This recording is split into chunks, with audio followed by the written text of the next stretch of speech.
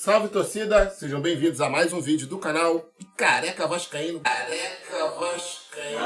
Galera, saiu ainda há pouco uma entrevista com o Paulo Brax lá no GE. A gente vai dar uma olhada nessa entrevista, cara, porque ela é bem interessante. Bem interessante mesmo, tá? Tem muitas das coisas ali que eu não acredito, mas é uma entrevista interessante pra gente ver muitas coisas. É exaustiva, é cansativa, mas vale a pena, cara, porque essa entrevista toca em assuntos pontuais. Bom a gente dar uma olhadinha e ficar inteirado sobre isso, valeu? Fui, tamo junto, depois eu volto aí, tamo junto. Matéria é essa: após demissão, Brax explica processos da SAF do Vasco. Exclusiva, dirigente diz que se sentiu isolado institucionalmente. Bom, tá legendado para facilitar o entendimento, não só da galera aí que não gosta de ficar lendo, né? Mas das pessoas também com deficiências visuais.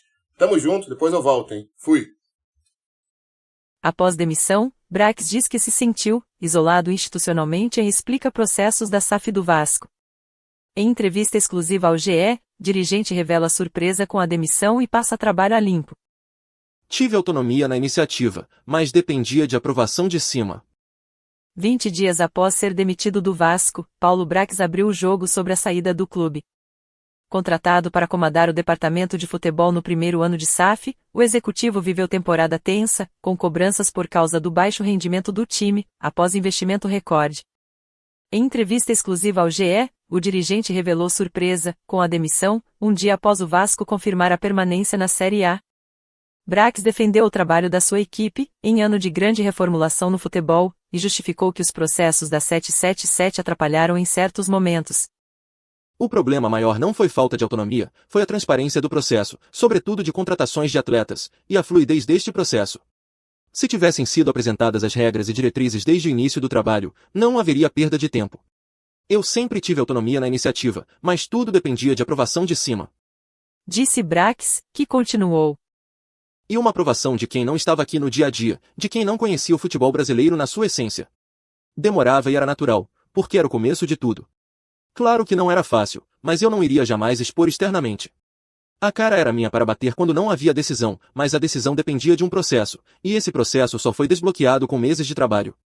E aí entrou a filosofia, que deveria ser seguida, e foi. Paulo Brax sentiu que foi apagado do Vasco, após a permanência. As fotos ao longo desta reportagem foram registradas depois do jogo contra o Bragantino, mas não estão nas redes do clube. Foram enviadas à reportagem pelo dirigente. Assim que terminou o jogo contra o Bragantino, com a vitória que garantiu o Vasco na Série A, Paulo Brax deu entrevista, ao lado do técnico Ramon Dias, prevendo a continuidade do trabalho em 2024. Na manhã seguinte, foi comunicado sobre sua demissão. Esse é um dos assuntos abordados pelo diretor esportivo em entrevista extensa ao GE. Ele fala ainda sobre a relação com Abel Braga, que também deixou o clube ao saber da demissão de Brax, e com o CEO Luiz Melo, que saiu da SAF do Vasco no meio do ano. O dirigente passou a limpo as decisões tomadas em 2023. Leia tudo abaixo. GE, de noite, celebração pela permanência do Vasco. Pela manhã, a demissão. O que aconteceu? Essa pergunta deveria ser respondida por quem tomou a decisão, mas... Do meu lado, o que aconteceu foi, sim, uma celebração grande de todos do clube após o apito final. Emoção grande no estádio. Primeiro no campo, depois no vestiário, principalmente dos jogadores e funcionários do futebol. Mas também de membros da diretoria da SAF, não usuais nos nossos vestiários, mas estavam lá ao lado de todos. O clima era de título. Me direcionaram para a coletiva junto do Ramon, onde falei de planejamento para 2024. Na manhã seguinte, a caminho do CT, onde eu teria uma reunião com os scouts, recebo a ligação. Em alguns minutos já passaram a imprensa e meu telefone não parou. Você sai com a sensação de que fez tudo o que deu para fazer? Saio com a sensação que fiz até mais. Eu e minha equipe de trabalho. Incansáveis. Dedicaram ao Vasco o que não dedicam às famílias. Eu também. Nunca trabalhei tanto para reverter uma situação e fazer dar certo. E valeu a pena. Não arrependo. O objetivo de 2022 era o acesso. O de 2023 era a permanência. O caminho do clube está pavimentado para uma subida de andar e para disputar títulos grandes. A nova era começou e está aí. Só não enxerga quem não quer ver. Peguei um time de Série B e deixei um time de G7 da Série A. Ninguém apaga isso. Os haters podem até contar a história de uma forma diferente e pior, mas o final é um só e não podem mudar. Contratos fortes, seguros, atletas valorizados e convocados para as seleções brasileiras, ativos, clube respeitado no mercado. Tudo isso com uma torcida maravilhosa e única, que faz o impossível e que merece voltar a comemorar títulos. Como era a relação com Abel Braga? Como era a convivência? Ele sai fazendo referência de solidariedade a você. Foi isso mesmo? Abel é um campeão, um vencedor, no futebol e na vida. Ter uma pessoa como ele ao meu lado foi um privilégio. Fomos vice-campeões brasileiros no Inter, onde ele é um ícone. O trabalho foi intenso até ele precisar se ausentar por um problema médico. A convivência era a melhor possível e ele me complementava. Tem experiência e a parte técnica. Sabe gerir um vestiário. Me ajudou muito no CT e também ao Barbieri, que via nele uma referência na profissão. A minha saída, da forma que foi, gerou uma revolta muito grande no Abel. Ele é humano. Tem coração. E que coração! E, além disso, vi o trabalho de perto, com todas suas dificuldades. Foi solidário a mim, mas solidário ao projeto, ao trabalho, ao CT. Sua relação com Luiz Melo, antigo CEO do Vasco, teve tensões mal explicadas. Você se posiciona muitas vezes como um cara que respeita a hierarquia, mas com o passar do tempo ficou claro que a mensagem era de que você não conseguia fazer o que queria. Afinal, qual o papel do CEO em uma SAF e como isso interfere em funções como a sua? Não tive tensão mal explicada com ele. As tensões dele eram com a torcida e com a associação, principalmente, não comigo. Ele saiu de cena antes do final do turno e nunca mais nos falamos. E aqui é bom aproveitar essa bola quicando, sempre fui a cara do clube nesse ano. Quem era a liderança do Vasco? Quando ele estava aqui, até dividia a atenção e pressão de fora, mas sem dar entrevista e colocar a cara, até por determinação da 777. E nesse contexto fiquei isolado institucionalmente. Como se não bastasse ter que trabalhar e tirar forças não sei de onde para recolocar o time em uma posição melhor e corrigir todos os erros do início, convivia com a inoperância de algumas atividades meio do clube, como comunicação, comercial, operações, marketing. E não era a minha pasta. CEO, para mim, precisa controlar e comandar as atividades meio do clube, até para que o futebol cuide do futebol, que é a atividade fim de um clube. CEO precisa ter o domínio das áreas e ser parceiro do futebol. No Vasco tem um papel importante também, que é o diálogo permanente com a 777. O meu não era tão frequente, até pela diretriz deles. Todos os assuntos institucionais eram na linha vertical deles. Precisa ser a pessoa que destrava lá, e viabiliza aqui. Um CEO presente, eficaz e que respeita o futebol, ajuda demais a bola entrar. Qual era a interferência e participação efetiva de executivos da 777 no dia a dia do Vasco? No dia a dia, nenhuma. Estavam longe fisicamente. Meu superior veio ao Brasil 2 vezes em 38 rodadas. No CT, era 100% comigo e com a minha equipe de trabalho. Mas na tomada de decisão para o clube, ou seja, nas contratações, a palavra final era a deles. Interferência, não, comando. Me sentia totalmente adaptado a eles, a recíproca era verdadeira e estávamos em um momento muito bom, porque o início foi difícil para os dois lados. Eu tinha uma grande representatividade com os outros clubes também, porque me aproximei dos outros diretores, colegas. Com o tempo, as pessoas se conhecem melhor e a adaptação aprimora o resultado. Projeto de médio, longo prazo, como eles sempre ressaltaram. Tem uma imagem que virou meme, que é você falando de 2024, ao lado do Ramon, e na hora ele troca olhares com o filho Emiliano. Foi interpretado por muitos como se ele já soubesse da sua saída. Como você viu essa situação e como era sua relação com Ramon Dias? Não vi esse vídeo. Mas é polêmica vazia. Fui eu que avisei ao Ramon e Emiliano da demissão, poucas horas depois, e a reação deles foi totalmente incompatível com quem sequer pudesse prever algo parecido. Não sabiam e não podiam saber, porque quem tomou a decisão sequer falava com eles. Mas é simples de resolver, se pairar dúvida. Quando estiverem com eles, se eles forem ficar, claro, basta perguntar. A relação foi espetacular com Ramon, meu vizinho. Cara vencedor e com uma história incrível no futebol mundial. Com o Emiliano, que é um grande homem e um baita treinador, com a equipe toda deles, com o Diego, que é um dos melhores preparadores físicos que já tive o prazer de trabalhar. Ainda trabalharemos juntos novamente. Mundo da bola gira rápido. Acredita que as dívidas, atrasos nos pagamentos aos clubes, prejudicou o Vasco no mercado? As notícias dos não pagamentos a clubes alastram rápido no mercado, mais do que o contrário. No início do ano, tivemos um trabalho árduo para resgatar a credibilidade do clube no mercado. E isso foi tratado várias vezes em reuniões com a 777. Era necessário mostrar outra credencial. O Vasco vinha de anos com dívidas e inadimplências. Pegamos o Vasco sucateado.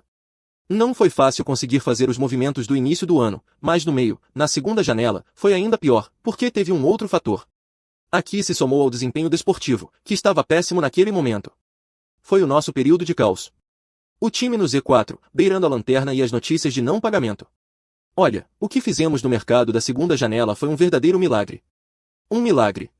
Nesse cenário, conseguir contratar atletas do nível de um Medel, de um Paulinho, de um Verrete, de um Payet. Nunca vou esquecer os dias vividos nessa janela, o esforço e dedicação de toda a minha equipe de scouts, que trabalharam comigo sem parar, e a recompensa com os negócios fechados. Valeu a pena. Montamos um time de nível alto. E com Barbieri, como foi a relação? Vocês mantêm contato? Por que ele ficou tanto tempo mesmo com o Vasco em crise? Acha que ele deveria ter saído antes? Ele foi escolhido pela 777, em um processo rigoroso de análise dos nomes aptos no final de 2022. E eu chancelei, junto do Abel, porque eu conhecia, já tínhamos trabalhado juntos, e acompanhei muitos 3 anos de Red Bull. Tudo que a empresa queria no nosso início de trabalho, era com ele que executaríamos. É um profissional muito competente e um ser humano incrível. Começamos o ano bem, a reformulação foi muito grande. Trocamos um elenco inteiro. Começamos bem a Série A também, mas sucumbimos a partir da 6ª rodada. E não foi só ele, fomos todos. A troca não se deu antes porque todos acreditavam, dos atletas a 777, que íamos recuperar na sequência em casa e retomaríamos o caminho. Jogamos muito melhor do que vários adversários. Não podemos esquecer isso. Mas os resultados não vieram. É fácil analisar o futebol de trás para frente. É cômodo falar em demora na troca. Qual é o clube brasileiro com mais trocas de treinadores no século? O Vasco. Qual a razão? Culpa dos técnicos ou das gestões? Fizemos só uma troca esse ano, contrariando a cultura do próprio Vasco. Seguramos até quando se tornou insustentável a continuidade.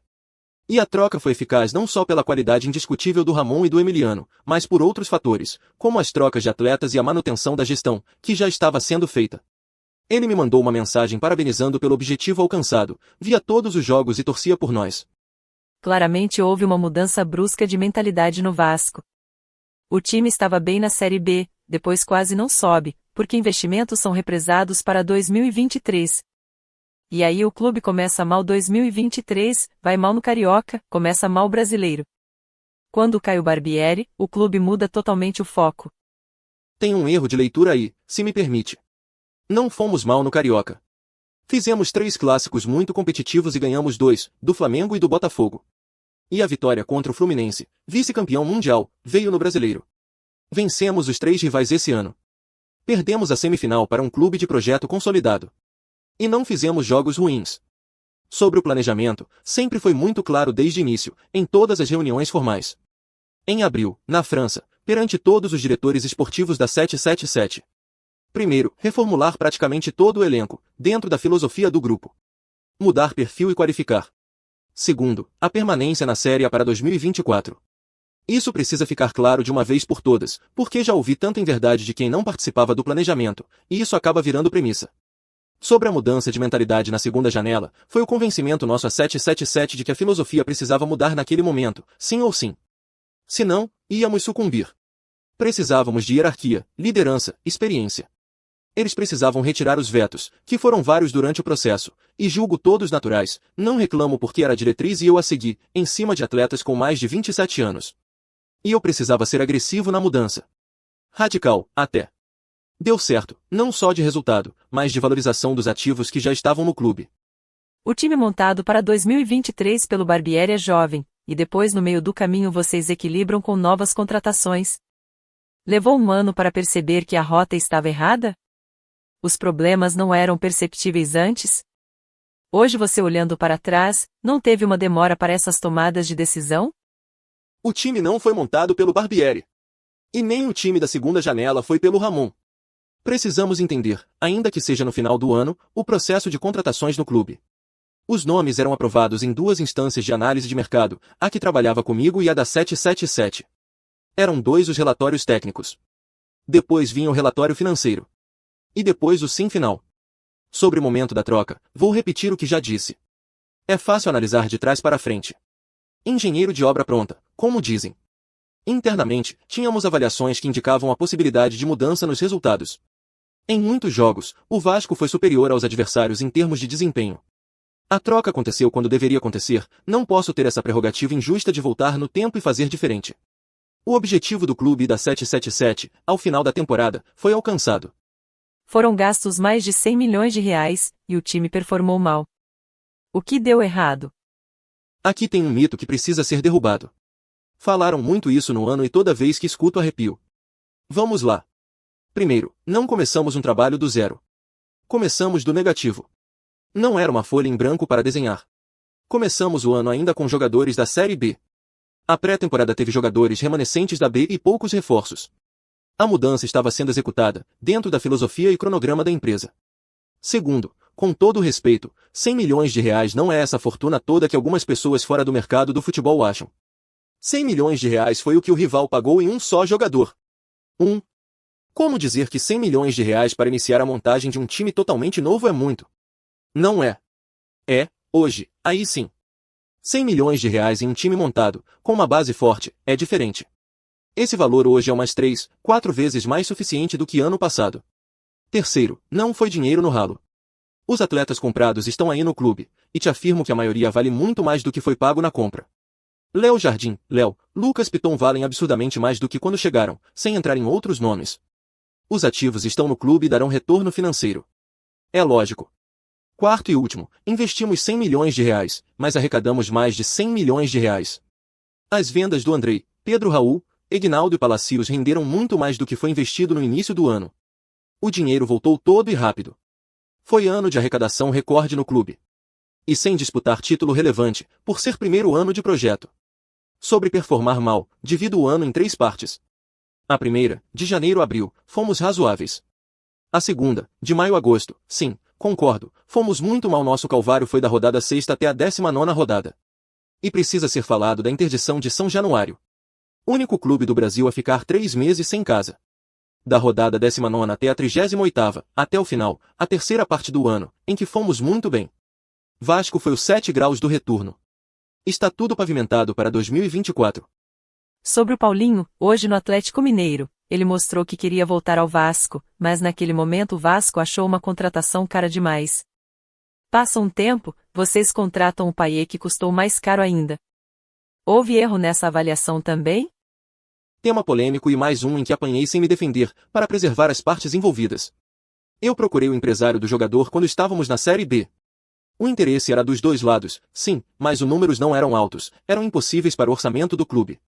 E essa negativa não foi minha. Foi de quem tinha a caneta e o controle do financeiro. E não estou dizendo que não valia. Valia, e como valia, mas não tinha autorização para fazer. Ponto. E não se comparam com valores de nenhum jogador contratado em 2023, para não entrar em análise de atleta A ou B. Repito a frase que usei todas as vezes, fora da realidade do Vasco em 2022 e 2023. Aliás, o rendimento do Payet foi abaixo do esperado? Não. Payet decidiu pelo menos 2 jogos para nós. O gol antológico contra o América Mineiro, em um jogo em que não jogamos bem, mostrou a credencial de um craque. Ele vai voar ainda mais em 2024. É acima da média. É diferente. E não só como atleta, é também como pessoa. Que ser humano trouxemos para o clube? Uma pessoa humilde que foi líder em alguns momentos no vestiário, mesmo sem falar ainda a língua. Chegou aqui no início da temporada dele e no meio da nossa. Quando equilibrar o tempo, tem tudo para ser o melhor jogador do futebol brasileiro no próximo ano. A torcida o abraçou quando chegou e ele faz o mesmo. É a cara do Vasco, como são outros jogadores desse elenco. Um tema polêmico envolvendo Abel Braga. O Vasco chegou a ser comandado pelo William Batista, da base, que é empresariado pelo filho do Abel. Esse tipo de relação fazia sentido para você?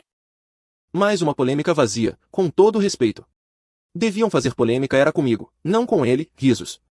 Contratei o William em 2019 para ser técnico do Sub-15 do América. Lá, subiu comigo ao Sub-17, Sub-20 depois ao profissional, auxiliando o Lisca. Quando há a vaga no Sub-20 do Vasco, indiquei o nome dele ao Brasil, que fez algumas entrevistas antes de contratá-lo. O William estava tendo um ano mágico no Sub-20 do clube, com mais títulos do que derrotas. Energia boa, competência, era o nome adequado para nos ajudar naquele momento, antes da contratação do novo treinador. Não me interessa saber se ele é agenciado por A ou B. Ele nos ajudou a voltar a vencer um jogo, depois de meses. As pessoas precisam ser mais respeitadas no futebol. Aliás, aproveito o gancho para falar da base do Vasco, que era uma das melhores do Brasil esse ano, e muito por um motivo: capacidade das pessoas que estavam à frente dos processos e da gestão. Porque não tem estrutura, não tem investimento, não tem o carinho de quem manda no clube. Ali eram as pessoas que subiam o nível. E, vendo a demissão em massa lá, só posso concluir que não acompanharam o trabalho. Uma lástima. É um erro crasso contra o próprio Vasco. Você é um personagem importante nessa nova engrenagem do futebol. Como fica o papel do executivo de futebol na SAF? O que muda, o que não muda?